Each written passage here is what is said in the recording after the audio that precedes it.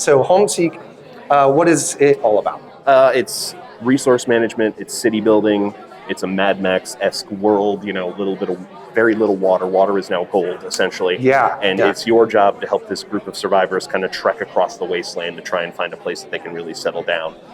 It's not as granular as some of the city builders. It's not a Sims game. Right. This is more, it's a Frostpunk, right? Frostpunk inspired, that sort of like macro level of management where you're setting down the buildings, making the connections to them, but in management of like where workers are allocated, where resources are allocated, but not directly controlling like an army of people. You're not, when you send people out on excursions, which is a big part of the game, you're just watching sort of like their timer fill up, and then once the timer is filled up, you get options. I think one of them was that we had run into a sort of a group of travelers, and we could offer them something, or we could not offer them something.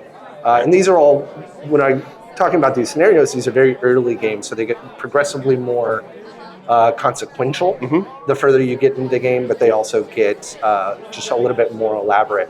And so what that was I offered them something, I got something in return, but another timer then starts filling up, and that relationship with that wastelander then kind of changes. And I get another option, and you can kind of continue on until your excursion group runs out of their supplies, which you're allowed to allocate for them however much you want, and then they have to return. So obviously, the more supplies you allocate, the more you're going to get out of that excursion, but you're also losing supplies back home.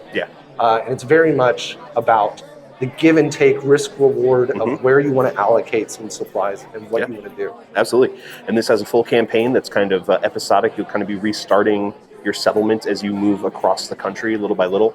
But they're also going to be including an endless mode in case you just want to try and build up the most substantial and sustainable city you possibly can.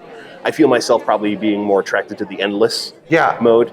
But I probably would play through the campaign as well, because the narrative, that one of the things we got from this dev was a choose your own adventure little book that I read through a bit last night, and I'm really interested by the narrative they've got going on here. So I am interested to play the campaign.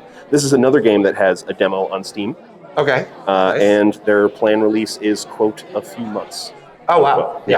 And that one also will have competitive multiplayer where you can sort of sabotage your enemy's base, and they'll drop you onto a map with multiple other players. But let's say Ryan and I are in a Discord together. I won't know where he was dropped on the map, and so I won't be able to just necessarily team up with him. They really do keep these sort of multiplayer, what is that called? Not dignity.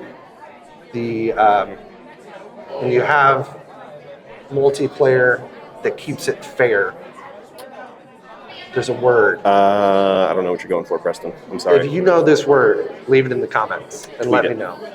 Tweet me. Tweet it at Preston. Tweet Ryan. Let him know. Come on. How did you not know this word? But Homeseek, incredible game, very passionate developer. I highly recommend anyone reach out and check it out on Steam. Yeah, definitely. Especially if you're into city builders. They look like a lot of fun. Oh, yeah. It was great.